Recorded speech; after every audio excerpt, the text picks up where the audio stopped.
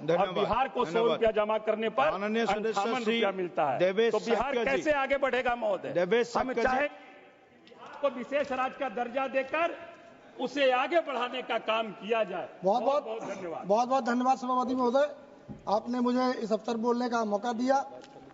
मैं सबसे पहले समाजवादी पार्टी के राष्ट्रीय अध्यक्ष आदरणीय अखिलेश यादव जी का आभार व्यक्त करना चाहता हूं और साथ ही साथ अपने एटा कासगंज की जनता का आभार व्यक्त करना चाहता हूं, जिन्होंने इस लायक मुझे समझा और सदन में भेजा।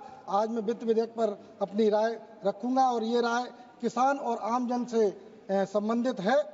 जब उत्तर प्रदेश में 2017 के चुनाव हुए थे तो इस देश के प्रधानमंत्री आदरणीय प्रधानमंत्री जी चुनाव में गए थे और उन्होंने वादा किया था किसानों की आमदनी दोगुनी करने का, बैंकों से कर्ज माफ करने का, सस्ते बीज का, सस्ती सिंचाई का और एमएसपी की गारंटी का जुमला आज जुमला ही कहेंगे, क्योंकि वो किसानों की जो किसानों ने बड़े भाव से भारतीय जनता पार्टी की सरकार बनवाई थी, उनके साथ जुमला परोसा गया।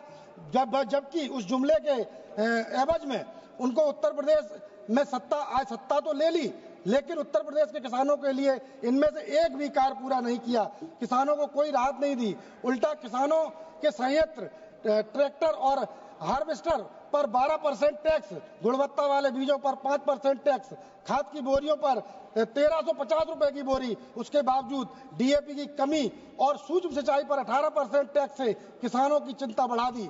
इतनी मेहनत करने के बावजूद जब किसान अपनी खेती ऋण के पैसों से जैसे तैसे पैदा भी कर लेता है तो वह उस पर अनाज का मूल्य नहीं ले पाता है, जिसके कारण उसको आत्महत्या करनी पड़ती है। वर्ष 2024-25 में देश में 8,410 किसानों ने आत्महत्या की, जिसमें उत्तर प्रदेश के किसानों की संख्या 1,020 है। मैं यह बात करने में कतई भी संकोच नहीं कर रहा हूं कि इसमें की जा रही आत्महत्याएं बैंकों के ऋण की बदौलत नहीं, बल्कि साहूकारों के अनियमित ब्याज दर की ऋण की वजह से हो रही हैं, क्योंकि 80% किसान बैंकों के चक्कर लगाते रहते हैं, अपनी चप्पलें घिस देते हैं, परंतु उनको ऋण नहीं मिल पाता, जिससे वे साहूकारों से 36 से 60% वार्षिक ब्याज पर पैसा लेने को मजबूर हो जाते हैं। उत्तर प्रदेश में 2 करोड़ 33 लाख किसान हैं, लेकिन गांवों में सिर्फ 8,200 बैंक शाखाएं हैं। इसका मतलब हर 28 गांव पर सिर्फ एक बैंक है, जिससे लोन लेना मुश्किल हो जाता है। Sensex 80P income tax act 1961 सरकारी बैंकों को कर छूट है, लेकिन छोटे किसानों तक ऋण पहुंचाने का नया लेख नहीं है। ग्रामीण क्रेडिट स्कोर फाइनेंस बिल 2025-26 में यह नया प्रावधान है, लेकिन प्रारंभिक चरण में है। Sensex 54D income tax act 1961 कृषि भूमि के लिए राहत का प्रावधान है, लेकिन ऋण सरलीकरण का लेख नहीं है। इसके साथ साथ किसानों के हितों के लिए बनाई गई किसान मंडियों की स्थिति बहुत खराब है। इस बजट में उन मंडियों के लिए कोई भी विशेष पैकेज नहीं लिया गया है, जिससे किसानों को इनका लाभ नहीं मिल पा रहा है।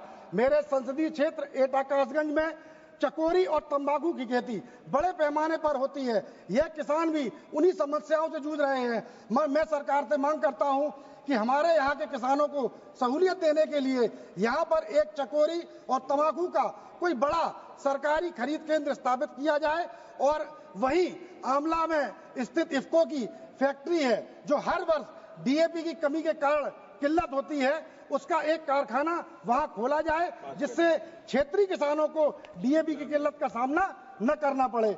मानवर, मैं वित्त मंत्री जी से पूछना चाहता हूं कि उन्होंने 12 लाख तक के आय वाले व्यक्तियों को लाभ देने के लिए क्या ये सोचा कि किसान को, मजदूर को 12 लाख की आय तक कैसे पहुंचाया जाए?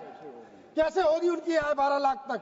क्योंकि आज भी देश में सरकार उन लोगों के बारे में ज्यादा सोचती है जो पहले से ही पूंजीपति हैं। हम लोग गरीब मजदूर किसान और किसान के हितों के लिए बजट में आपको आगे कैसे बढ़ाया जाए, उनको आगे कैसे बढ़ाया जाए, ऐसा कुछ नहीं रखा गया है। यह बहुत ही निराशापूर्ण है।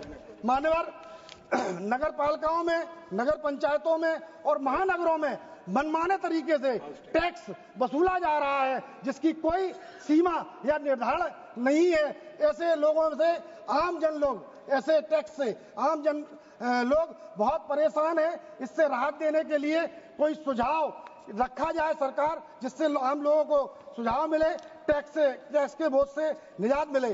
सरकार को इस बात का भी ध्यान रखना चाहिए कि 15 लाख कमाने के बाद सरकार उनके एक मुश्त टैक्स ले लेती है, वहीं जो बचा हुआ 12 लाख रुपया है उसको खर्च करने पर भी हम हर मत पर टैक्स देना पड़ता है। सुबह से शाम होते होते व्यक्ति टैक्स के बोझ के तले दबा है। जनता की गाड़ी कमाई का आधा पैसा टैक्स के रूप में जा रहा है। टैक्स के रूप में जा रहा है। हमें सरकार हमें सपने तो दिखा रही है, हम किसी स्वर्णिम काल में जी रहे हैं, लेकिन ये सत्य नहीं है। आपने वित्त विधेयक पर मुझे बोलने का अवसर दिया, मैं आपका धन्यवाद करता हूं। बहुत बहुत धन्यवाद। Thank you honourable member. Honourable member professor Saugata Roy ji.